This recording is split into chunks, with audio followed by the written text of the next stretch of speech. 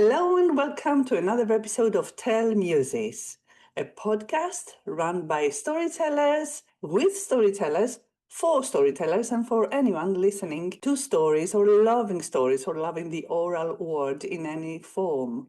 Simona and I are happy to have with us today, all the way from Northern Ireland, our beloved colleague Colin Urwin. Hello, Colin, and welcome. Hello, welcome. Good morning, ladies. Lovely to see you, Simona. I haven't seen you for a long time, and Despina, we've been talking most recently about Athens and the Irish festival there. So it's lovely to see you both. And Colin, where exactly are you right now? I am in my very untidy study where all the stories are written and dreamed about and songs are written, right up on the northeast coast of Ireland. Okay, got it. Just looking out over the sea, across the Sea of Moyle to Scotland. Perfect, great. How awesome it must be over there. Well, I have been once, but not exactly at your place, so I don't have a clear idea of the view you're getting, but it must be some kind of northern open seas you see from over there. Is that right? Very rugged and rocky and absolutely beautiful. I would say that, wouldn't I? But it is very green, very blue skies, very big skies, and lots of weather, lots of spectacular weather, waves, and beautiful. Colin, we normally start these interviews by asking our muse. You are our muse today, you should know, because we draw inspiration from our guests. So you're a muse, and dear muse, would you like to tell us and our listeners a little bit about who Colin Urwin is? Oh, okay. Well, nowadays, I suppose I'm best known as a musician and singer and storyteller around these parts. And I live in a place called the Glens of Antrim. I live about 10 miles from where I was born. And I live in a beautiful little small holding. I wouldn't say farm, just a small holding with a few animals, a lovely little loch, as we would say here, which is just a big pond at the front of my house, surrounded by wildlife. And I take my inspiration from my surroundings. I love to tell stories from where I come, folk tales and myths and legends, and I love to research them and write about them, and I love to write songs and poems and recitations about all these things that I'm constantly thinking about and inspired by. Colin, how did your passion for storytelling start? Of course, I think you grew up in Northern Ireland, and in Ireland there's a lot of storytelling going on, I should say, more than in many other parts of the world. So, how did it all start for you? Was it school, in your family? Did you do it on your own? How did it start? People always ask me, when did you start telling stories? Well, when I'm in schools with children, I always tell them we are all storytellers. We just naturally, human beings are storytellers. But of course, coming from where I come, and particularly the family that I was brought up in, my mother loved to tell stories. Now, hers were mostly family stories, and there were lots and lots of characters. She came from a very big family, lots of interesting people in that family. Some I can tell you stories about, some I cannot. But she constantly told stories, and I'm very lucky that she lived to be nearly 96 years of age. And of course, when I got older and really became interested in the actual art of telling stories, she was a great person to study because she wasn't putting an act on. She was just telling her stories naturally, and I try to emulate that. But storytelling is not just one thing. It's a whole plethora of skills and knowledge and interests. And so I have a huge interest in wildlife and nature. I've had that since I was a boy. I have a huge interest in folklore and history and all the myths and legends around where I live. I've had that since I was a boy. And I'm very lucky to have been influenced by very many people, older people, in my sort of development, if you like. all my family relatives were much older people. My mother was born in 1921. My grandparents were born in the 1880s. So I have that connection back quite a long way with just a couple of generations. And so all these things, without even knowing it, they kind of simmer away in the background there. And of course, when I was a young teenager, then I began to play music, traditional Irish folk music and singing. And that was my great passion for a long time and still is. And of course, with folk songs, and they're just stories set to music. And I always wrote songs in the early days, not very good ones, and recitations, in other words, stories in verse. And then, of course, as the years passed, I discovered this word, largely through Liz Weir, who lives not very far away from where I live, that there was this universe out there that I had no knowledge of, this world of performance storytelling. In my head, storytelling was just something that went on in families, kind of behind closed doors, if you like. And I did incorporate a little bit of storytelling into my singing and a musical performance. But once I discovered this world of storytelling, it opened the door to a completely different universe for me. And yeah, I've not looked back. It sucks you in, doesn't it? Absolutely. Yeah, it takes over your life. I mean, it's like a black hole. Once you peer into that void, there is no escape. Well, I wouldn't call it a black hole unless you consider black including all other colors. A very light, a very bright place to be. Yes, sorry. Okay, we'll strike that from the record. Black hole is not the right terminology. I use it merely to describe this inescapable attraction. Indeed. Once you're in there, you cannot get back out again. You're caught like an insect on a web. Yeah. Yeah. All right. So since we're talking about starts, I know that, as you mentioned, music also plays an equal part in your life.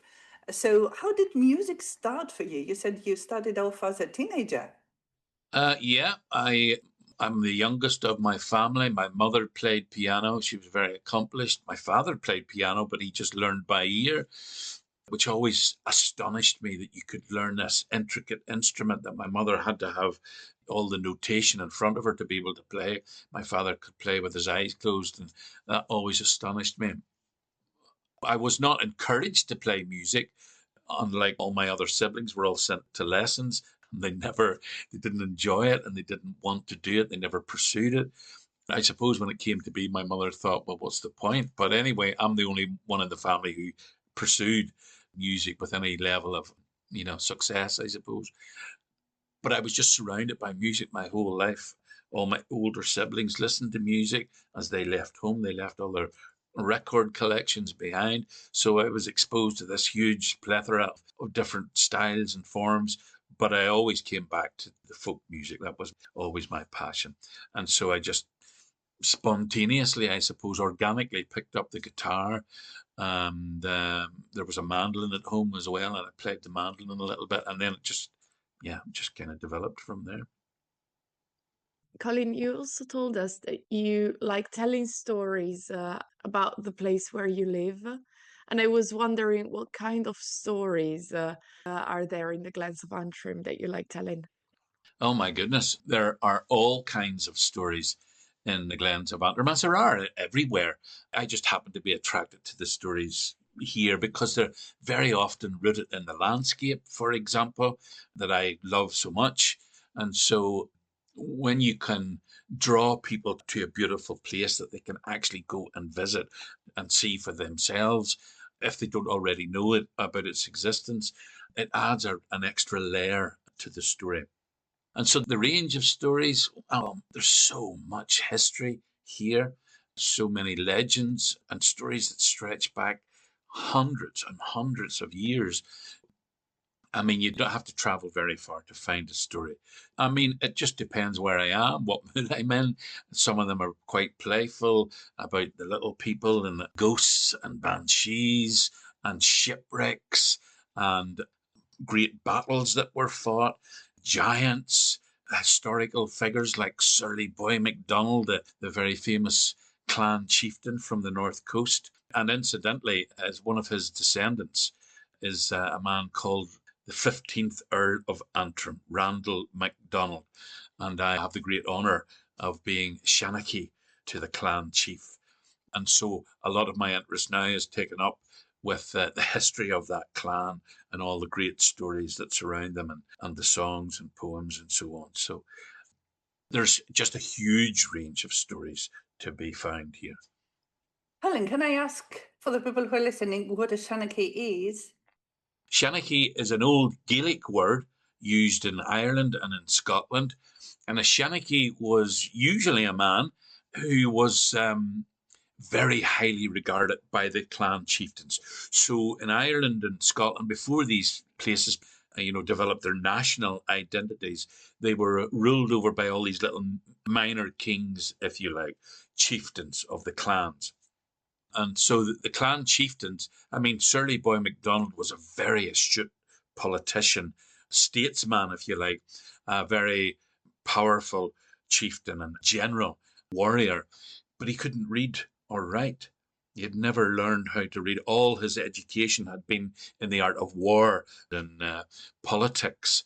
And so all these clan chieftains would have a Shanachie, and they were the men who memorized the entire genealogy of the clan, who was related to who, and who fathered who. And they also wrote stories and poems and songs in veneration of the clan and all the great deeds and all the great battles that had taken place. And they occupied a very great role within the clan, and they would always have sat at the top table with the clan chieftain, and were very often granted lands and wealth from the chief. But when the Gaelic order fell in the sort of 16th century, and these nations began to grow, and the clan system was broken, well, of course, the Shanachies were no longer needed. And Lord Antrim and myself thought that wouldn't it be such a lovely thing to reinstate this rule, which is what we've done, and we're having some fun around that. So a Shanachie would be like something like the arch scribe to the king or the chieftain, right? Was it written down, or was it oral? Oral. It was all oral, you see. And none of this was written down. His sole purpose in life was to memorize the genealogy, all the stories, all the songs, all these bardic poems that went on for hours and hours sometimes. That was their great skill. So an encyclopedia in the mind of a man. Exactly so. Exactly so. Okay, thank you. What does it mean to be a Shanachie in modern world? What it is that you do nowadays? Very often the word Shanachie nowadays is conflated with just being a storyteller. And that's what it has come to mean now. But in the past, it meant more. The Shanachie was an all-encompassing individual who sang and recited poetry. And I used the word to write songs and write poems, but they didn't. They created them in their minds. And so it was a much more encompassing role in the past. Nowadays, it has come to mean just a storyteller. And it was Tom Muir in Orkney who he was doing a radio interview one time, and something was asked, and he invoked my name and said that I was a modern day Shanachie, which I took to be a great compliment, especially from Tom. And I suppose because I write songs and the recitations, and I talk a lot about folklore and all these historical figures from the past, I suppose I'm maybe coming closer to what the old Shanachie would have been. But it has changed in the modern world. Right, so I need to put in two things now. One is totally irrelevant because, Simona, we are supposed to say how this season of our podcast is under the wing of Gawi, aka Get a Word in Edgeways, which is a lovely little festival that takes place every October in the very beautiful and picturesque little town of Much. One look. We cajole them into going to. I could add on to that that I've been to Much Wenlock, and it is the most beautiful picture postcard village, which it is, and then add on to the end of that. But I have never been to Get a Word in Edgeways. But who knows? Maybe after this podcast. Yeah, we will do that. We will arrange that, Okay. Colin. And the other thing, the second thing I wanted to mention, which is much more relevant to this episode, is that there has been some names dropping for people listening who might be wondering who all these wonderful people are. So Liz Weir, our friend, was the very first interview of season 1 of this podcast. And we've had Tom Muir already here a few episodes back. So if people want to go look about those incredible storytellers, they can go find their episodes and have a listen. But talking about storytelling and stories for so long now, Colin, has us asking for a story. Could we ask for a story from you, please? Of course you could. Let me see now. Okay, let me see then. Most of my stories and songs and recitations are in some way connected to the sea, simply by virtue of where I live. I've lived by the sea my whole life and spent a lot of time along the shore and in boats and so on. And so I'm going to tell you a story called The Madman's Window. And anyone that follows me on social media and so on know that I go there almost every day and that I'm greatly inspired by the place. It's a beautiful rock arch, natural limestone rock arch, about 1.5 miles from the village of Glenarm. When you go out there and you're standing in front of this thing, it's about 30 or 40 feet high, and it looks as if it's built by these great blocks of limestone that have been set in place by the hand of a giant. And the local legend says that one time a young man from the village, a fisherman, used to go out there and stare out through this portal, this hole in the rock, out to the sea, and lament the loss of his lover, who, we are told, drowned in the bay. But of course, those people didn't know the right way of the story, and I'm going to tell you the right way of it now.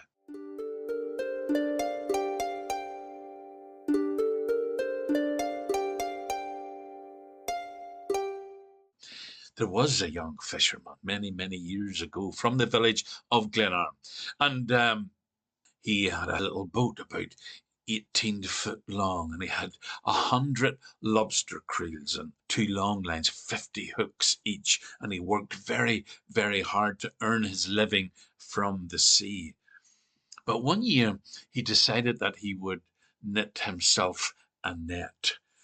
And so all through the dark nights of the winter, he sat alone by candlelight, knitting his net and singing the songs to himself of the sea and dreaming about what he might catch in the springtime of the year. Well, the weeks and the months passed, and by the spring he had this huge net that was 100 yards long and 3 yards deep. And when he had all the anchors and buoys and ropes attached, he realized that he couldn't sit the net himself. And so he went into the village and he asked around if anyone would help him with the fishing. And one young lad said that he would. And they went out in the boat and they set the net, all 100 yards of it, across the flow of the tide. And they returned on the next tide to draw in their net. And each on the ropes they began to pull that net towards the boat, and it felt so heavy. And the young lad said, "It must be full of fish." And they pulled and they pulled, and as they pulled the net in, it got heavier and heavier and heavier. And they got 5 yards into the net, 10, 15, and no sign of a single fish. And yet the net became heavier and heavier, and they pulled and they pulled and they pulled, and still no sign of a fish. And eventually, after 30 or 35 yards of pulling that net into the boat, they saw what weighed so heavily. It was a huge bull seal, the length of the boat. Its eyes were closed, and there was not a breath. It was tangled up in the net, and the young lad cursed, and he took his knife, and he was about to start cutting the fins of that seal, and the fisherman said, "No, leave it. Lift that animal's head clear of the water." And the young lad said, "It's dead." "Lift its head clear of the water," said the fisherman. And so the young lad stretched his arms around its huge neck, and he held it there above the water. And there was a snorting and the sniffing and the intake of breath, and the creature was alive, but only just. And the fisherman and the young lad, they took their knives, and very delicately they cut that net from all around its fins where it was tangled, and cut into its flesh. 2 hours they worked until their backs were breaking and their knees were aching, jammed in against the gunwales of that little boat. And when they had the seal freed from the net, they had to let it go. And it drifted off into the water with just its eyes and its muzzle above the waves.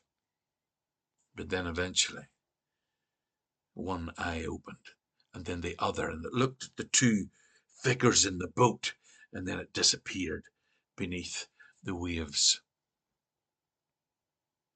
Well, the fisherman, the young lad, with the last of their strength, they took in that net into the boat. It was destroyed, of course, and they leaned on the oars, and they began to row back to the river, the village, and all the way back to shore. That seal followed them, and every now and again it came above the waves and watched them until they were safely tied up in the river. But the next day, the fisherman had to go out to check his lobster pots and his long lines, and he took the young lad with him, and they began wearily to bring those lobster creels in, one at a time. And in every creel there was a huge lobster. Some of them were so big they couldn't understand how they had got into the lobster creels in the first place. And when they pulled in the long lines, there was a huge cod on every hook, the length of the fisherman's leg. And the young lad said, "We will be rich men if the fishing is as good as this."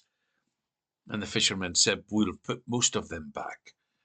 We'll take what we need and what we can sell, and let the rest go to be caught another day."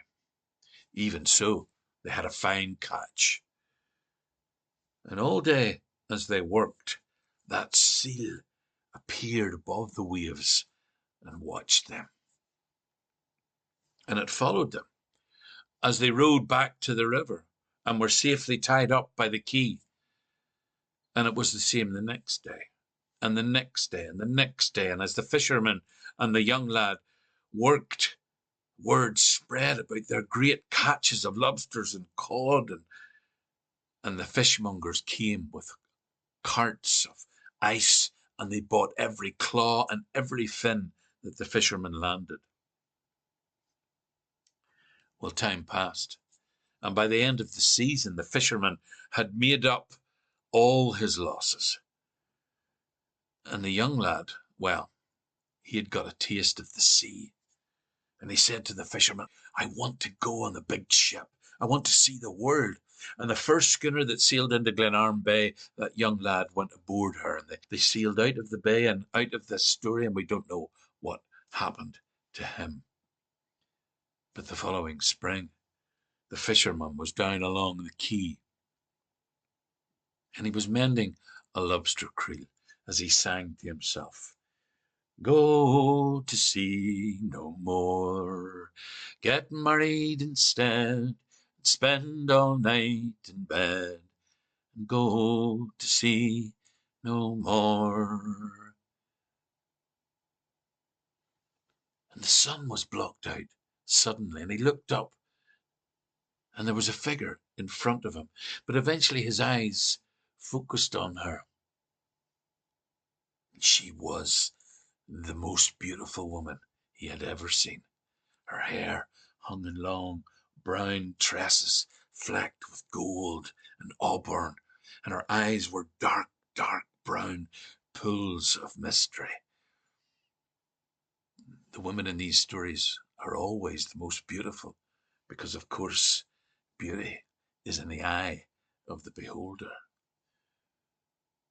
"Can I help you?" said the fisherman. "Can I help you?" she said. "I hear you're looking for someone to help you with the fishing and the long lines and the lobster creels." "I am," said the fisherman, "but it is no work for a woman." "What?" she said. "I know more about the sea than any man, and I am twice as strong." "Are you?" said the fisherman. "Well, it won't cost me anything to let you try." And so he took her out in the boat, and they pulled in all those lobster creels, and in every one there was a giant lobster. And they pulled in the 2 long lines, and on every hook was a great cod. And if that young lad was a good help to the fisherman, that beautiful young woman was as good as 2 men.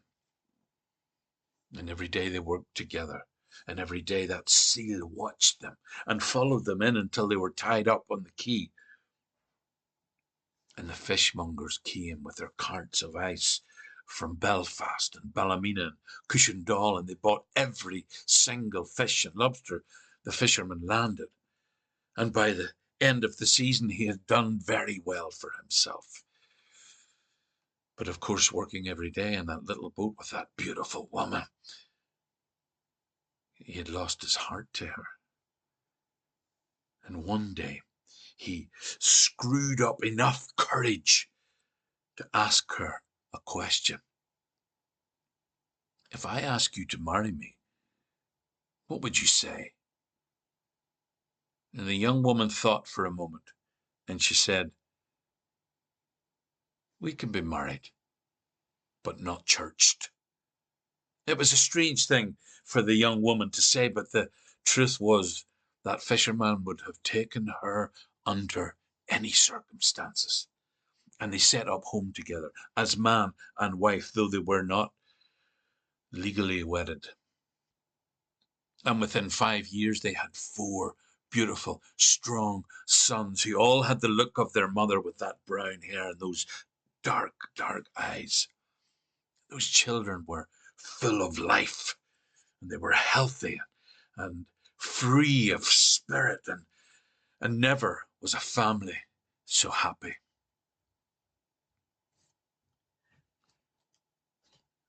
But the time passed, and 7 years after that first meeting, the young, beautiful woman, she became angry and irritable and argumentative, and she began to fall out with the fisherman over petty things.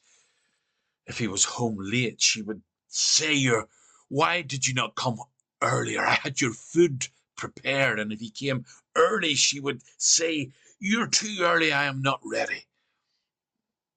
And night after night, they would fall out over nothing. And then one evening, the fisherman said to her,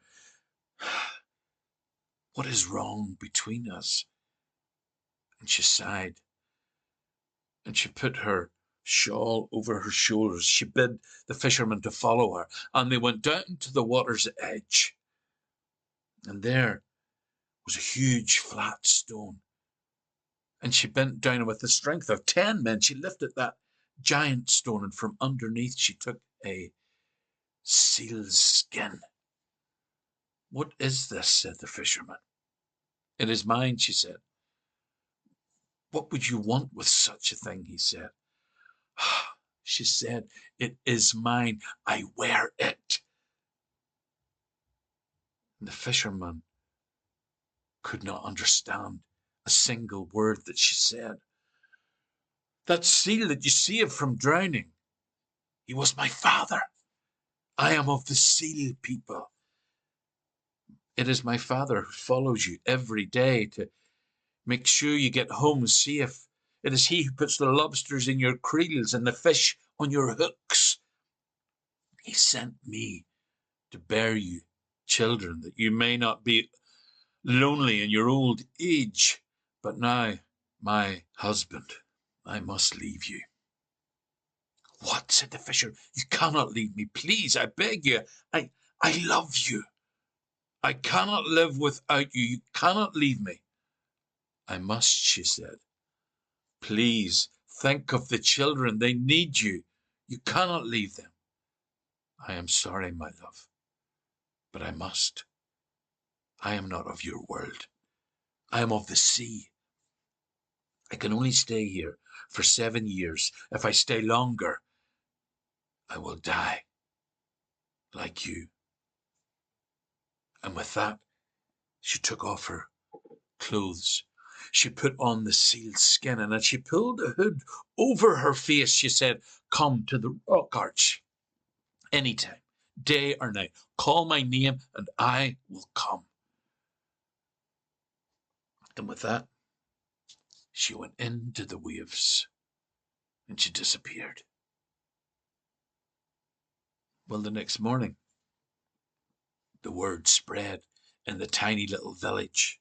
They found her clothes on the rocks, and the women started to talk. I knew there was something strange about that woman. She could never look you straight in the eye. I never liked her. And now look, she's gone and left that poor man and those children, taking her own life. I knew there was something about her.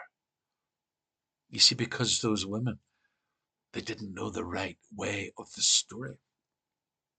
And then they began to see the fisherman out at the rock arch, calling her name and talking as if she was there. Poor, poor man, they said.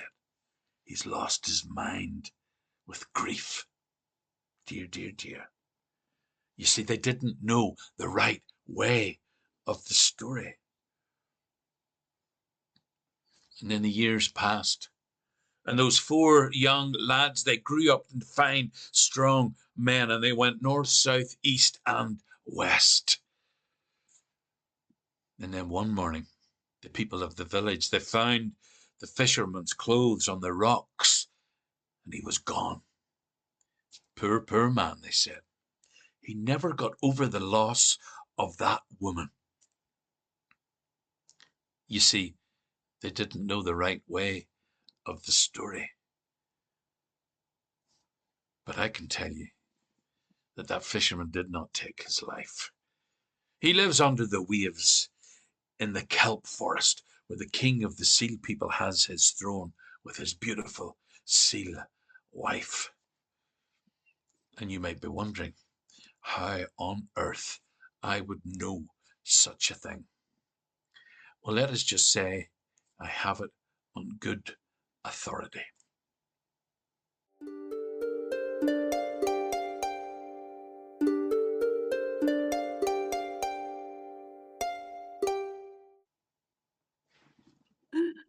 Bravo! Wonderful story. And I just love the intensity with which you told this story. It's something that I really admire. We have a Shanachie to put things in order so people know the right version of the story now. That's right. That's right. And you've also written about it. There's a book, right, Colin? The Madman's Window, yes. I've been going to this place forever. And during lockdown, of course, when we all had lots of time and we didn't feel the pressures of gigs and work and appointments and time, I started to think about these stories because that local legend, the little introduction to that legend was all that is remembered. And there are lots of little scraps of folklore all around the country, and especially where I live here. And I began to think to myself, well, there must have been a story behind that little legend, that scrap of folklore. And so I began to flesh them out. And I didn't stray beyond what the conventions of the local folklore. I didn't invent dragons or any other kind of folkloric beasts or animals or superstitions. I kept very much within what the traditional beliefs and folklore would have been. Then once I did the Madman's Window, it kind of just began to gather pace and roll. And before I knew it, I had the makings of a book, and Tom Muir and his lovely wife Rhonda, who've set up Orkneyology Press, they very kindly agreed to publish it, and it remains my most popular book. And we should tell people who listen that there's more stories than one in that book, right? It is a collection of stories. Oh, yeah. There's a collection of stories developed from folklore and myths and legends from all around this coast. And I like to think there's a wee bit of me in all of those stories. That Madman's Window, for example. When I was 17 years old, a fisherman in the village was looking for somebody to help him with his lobster creels and his pots and so on. And I was the one who took up that role. And for a year, I worked with him.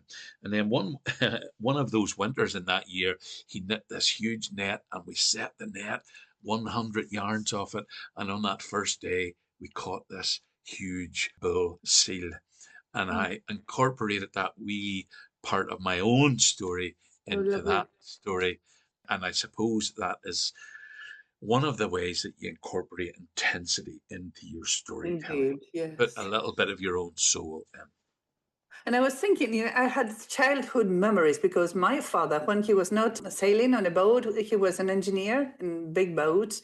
But when he was in between sails, especially when he got retired, he used to have these lobster creels. So for people who are not familiar, who do not come from a sailor's nation and they are not familiar with what it is, imagine like a globe made out of wire, which is hollow, of course. And then as it approaches its top, there is a hole at the upper side from which a lobster can enter, but then they cannot get out. So this is what it looks like. So childhood memories from your story, Colin. Yeah. And I haven't been there myself, but I can describe a bit of what the Madman's Window look like because of the cover of your book, Colin. So it's a rock formation. Then there's this rectangular gap, as if somebody sculpted a window open out of the rock. So you can sit there and have a look at the view and feel like you're inside a house, but there's nothing around you. It's just a window on the rocky shore. Describing it correctly, Colin. I think so, yeah. But the view is right out to the sea and beyond. You can see the Mull of Kintyre in Scotland. I just find it a magical place. And everyone that I take there, and I take lots of people there, get this same feeling around the place. They just love it. It's such an unusual, natural feature. Yeah. But that's just one of your books, you said. The most popular, but there are more, right? Tell us about it. I've actually just finished another one, and it won't be coming out until February next year. It's called Irish Folk Tales of Love, and it's coming out in time for Valentine's Day. And we'll maybe talk more about that sometime again. The people who are listening to this won't see all the hearts floating up the screen now.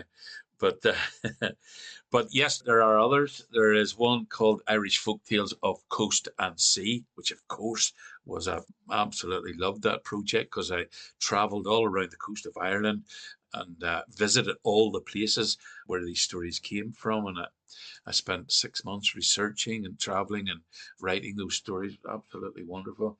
And there is one called The Iron Hag, and it was from an archive from a collector from the 1930s, 40s. He lived on the north coast, a man called Sam Henry. And a local museum asked me to go through the archive, which consisted of 15,000 individual scraps of paper and poems and letters that have all been digitized now. And that was a lovely project to do. And then during the course of that, I discovered that all these stories came from one little island on the north coast, which is Rathlin Island, or at least it came from one lady on that island. And so when the book was published, I was on the island doing a little promotional gig and distributing the books. And this lady approached me and said, my husband, a gentleman called Cecil Walker, who died a number of years ago, sadly, in an accident at sea, he had been recorded by the Ulster Folk Museum in the 1970s and early 80s. And he was a great local traditional storyteller. And this archive was on tape in the museum. And Widow asked me would I take the archive and research the stories, rework them, rewrite them, and put them into a book form as I had done for the other one. And that was just the most beautiful writing experience I have had. I probably won't get another like it. That book actually was shortlisted for the Catherine Briggs Award from the Folklore Society, and I'm very, very proud of that one. There's one other one, which is Dalriada folktales. Dalriada, we were talking earlier about before Ireland and Scotland became kingdoms. One of the little mini kingdoms was a place called Dalriada, which took in the northeast corner of Ireland and the west coast of Scotland, right up to the Isle of Skye. That was a dream for me because I love that area. I've visited all those little islands many times, and I took the opportunity to revisit many of those places from Skye down through Mull, Islay, Jura, and lots of other little islands, right down to the Rathlin Island again and the Glens of Antrim, and drew all those stories together from that old kingdom and put them into that book, Folktales of Dalriada. Is that the place that the giants would try to cross from Ireland to Scotland and back? Of course, of course. So from the Glens of Antrim to Scotland, it's only 12 odd miles at the closest point. I mean, literally, some winter clear days, you feel as if you can throw a stone across. It's so close. And where we are, we're kind of more culturally connected to southwest Scotland, and they are more culturally connected to us than they are to the rest of Scotland and to us to the rest of Ireland. Well, it makes sense. If I were a giantess, that would be the place where I would try to build a bridge, I guess. Of course. So we know you travel a lot, Colin, and you said you were going to a festival somewhere. Yeah, I do travel a lot. Next trip is to Glasgow, which is quite close, but I love going to Scotland at any time. I always take the opportunity if I can. And then next month, I'm going to Athens to an Irish festival. I know, who knew? So I'm just speaking to them yesterday, and I'm very excited about that. And hopefully, I'll see you when I'm there. Just been a Probably. You're not going solo, though. I know there's a lady coming with you. I am bringing my wife on this trip. She does come to quite a lot of the festivals, and both of us, we've never been to Athens before, and it's been one of those places on the list because I love all those, ancient and historical sites, and I think Athens has got to be a kind of a must-see place for any storyteller. A lot of storytelling started there. Yeah, it's the capital and it's ugly, but there are very nice spots you can visit, right? Like any big city, it's not something spectacular you'd like to see, but there are certain areas and certain monuments or sites that they are a must see, absolutely. Of course. Colin, are you also part of a storytelling festival in Antrim? There is a storytelling festival in the Glens of Antrim here, started by Liz Weir. It used to be called Ghost in the Glens. It's now called the Glen Storytelling Festival. And I hope I'm not breaking any confidences by saying that I will be doing a show at it this October. And I'm really looking forward to that because it's always nice to be on home ground. Spilling the beans, are we? No, it's okay. I mean, it's a promo. People will want to come and listen to you and your music and your stories. So Yeah. consider it a promo act. So as we're drawing towards the end of this interview, is there a wee story jumping out of your brain as we speak, Colin? Will I try one of those recitations? Sure. The sort of story in verse. Will I try something like that? Of course. Okay, rather than stumble, I mean, when you're on stage and there's a crowd there, it's kind of easier. But rather than stumble, I'll maybe have one in front of me. Are you happy with maybe doing that for us? Let me pull something up here, if I can. While Colin is looking, for the people who are listening, we are so much in awe of storytellers who combine talents, and they're also musicians and they're also writers and authors. And I mean, I have no musical background, so if I want to incorporate some music into my gigs, I will, which is lovely also. I will work with somebody else who has that flair. But when people have all this in just one person, this is superb. We've had Jay Lemming, you see, in our last episode, Colin, the US storyteller, and he played the guitar in his first story and the drum in his second one, and it was mesmerizing. Do you do that, or do you play music separately and then give tales? How do you go about it?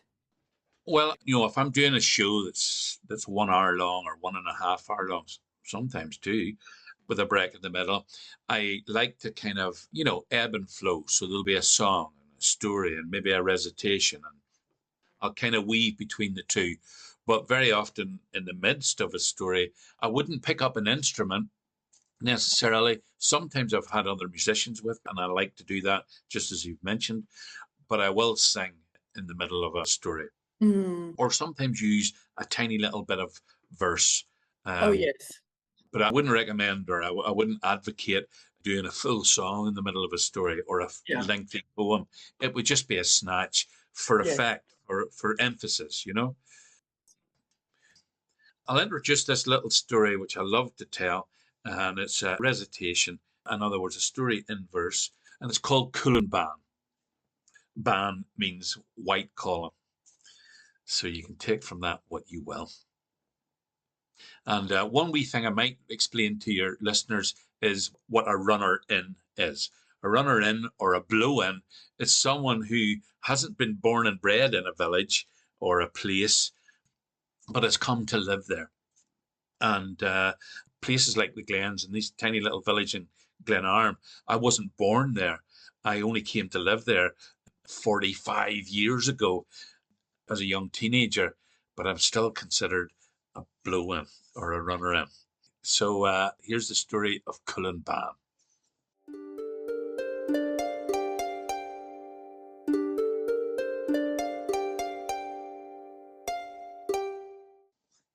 He was a runner-in to our town land. The neighbours said he was daft.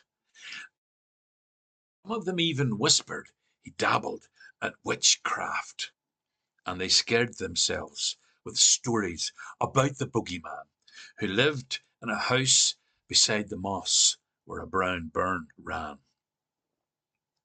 Now, Colin Ban was a rare boy, it's only fair to say, but in the most delightful and soul-enriching way. He was a man of many insights, as far as a mind could see. He knew the song of every bird and the leaf of every tree. He knew each and every star, and he watched them through a glass. He didn't care if the people thought there was wiser eating grass. He talked about Cassiopeia, the Pleiades, and Gemini. He said the greatest show on earth was a clear night sky. He was a man of the countryside, devoted from the first, a son of Mother Nature, for knowledge, an unquenchable thirst.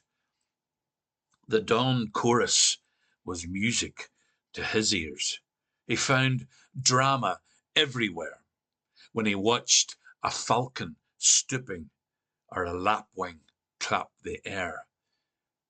He took delight in the fox cubs rolling around their den, and a tragedy in his book was a pack of hunting men. He used to take in orphans and strays and waifs of every kind. There were badgers and hares and jackdaws, and once an owl that was blind.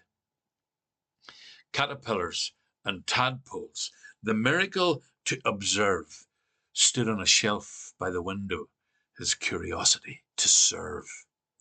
He said spiders and beetles were the most mesmerizing creatures of all, and the way he let them creep up his arm made my skin crawl.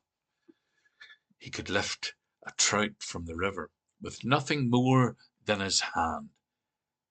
But he said he couldn't bring himself to fry the wee thing in the pan. And he lived on soda bread and eggs, and the hens he kept them for were better fed than he was, and they laid in his kitchen drawer. And he collected things like a magpie. Everything caught his eye. He had fossils and rocks that sparkled, treasures no money could buy. He had stones the shape of an arrow some boy had made from a flint, and I forget how many thousands of years he said since they were spent. He had birds' nests and seashells, even the skull of a crow, and a thing he called a meteorite he said he found in the snow. The stuff that man had, he could have opened a county museum, but I was one of the very few that ever came to see him. He was a real eccentric, in every sense of the word. In all my life, before or since, the likes I never heard. He came off with wonderful stories, written by old dead Greeks, and he never told the same one twice, and I called every week. He told me about Finn McCool and his deerhounds Bran and Scullon, and his stories about banshees and fairies. Well, they left me feared to walk home. Yes, Colin Ban was a rare one. Of that there can be no doubt. But every man has his shadow, and in that he can't be left out. Every year in May he fell into an old dark humour. They said he mourned a loved one, let it be truth or rumour. For a week he never ate or drunk, except for his homemade wine. And dreary it was for to see him, not sitting up on cloud 9. He lost his sense of wonder. He became a different man, just sat there day after day with his sore head in his hands. But sooner or later, the weather always loses its grip. Ask any old farming man or the captain of any ship. And Colin Ban would soon get up and tend his honey-bee hives and start to take an interest again in the wee creatures' lives. And then you would see him out walking with a switch of grass in his mouth, and his head up, and his eyes closed, and his face turned to the south. And then one year he vanished, and like the corncrake, he never came back. And the neighbours, they all nodded in agreement. Colin Ban was bound to crack. And they searched for him high up and low, in every hole in the moss. And they quizzed me and everyone they happened to come across. But of Colin Ban they found no trace, and I never told on him. And they probably think he's lying somewhere, the rig of a skeleton. God only knows, but maybe by now that could be the case. But when I hear the folk talking, it's hard to keep a straight face. When they say, "Do you think he was taken by the fairies?" I just have to laugh, because they're the very same folk that had the cheek to say Colin Ban was daft. I never bat an eyelid when they say, he must have drowned in the sea, for I don't want to let slip the secret he trusted to me. His house of curiosities is gathering dust where they sit. In a letter he left on the table, he gifted me every bit. I have the heart for changes. I watch for him on the lane. I know I'm wasting my time, but I keep watch just the same.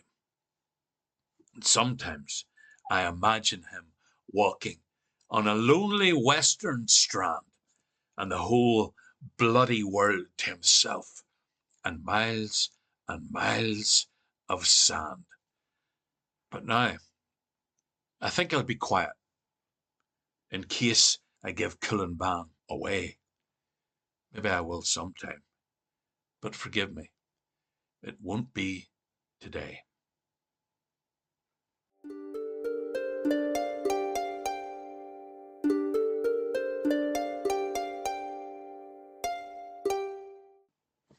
Ah, Beautiful. oh, Beautiful. nice. Thank you. I wonder what the pseudo bread they lived on might be. Soda bread is a very particular bread that we make in the north of Ireland here. They have soda bread in the south of Ireland, but it's a different thing. We refer to that as wheaten bread. But the soda bread we have is unique to this little area here. Yeah, you just have to taste it hot off the griddle, freshly baked over an open fire with butter. Oh my goodness. Yeah, it's soda. So it's made with baking soda. Clearing I that don't. up. I will bring some to Athens. To Sirius, better. Yeah, Take your wife and come to Sirius, and I'll give you a proper guided tour. I will do that. Thank you for that invitation. Absolutely. We're so lucky, Simona. We've been talking to so many interesting artists. Thank you, Colin, for doing this with us. It's lovely. My great pleasure. Lovely to see you both again. Yeah, it was brilliant. Thank you very much for taking the time to come on the podcast and talking to us. It was a real pleasure to have you on. Thank you, Simona. And hopefully we'll get you over here to the Glens of Antrim, maybe to this festival in October. You too, Despina. The date hasn't actually been firmed up, but soon to be announced, I hope. Good, because I'll be in Much Winlock beginning of October. So if the dates are close, I might be able to combine it. You never know. Only a skip and a jump. Yeah. Great. Well, we wish you safe travels and happy gigs, and you enjoy yourself doing what you do best. Thank you very, very much. Lovely to see you, ladies. Thank you. Have a Thank nice day. you. Thank Bye. you. Bye-bye. Bye.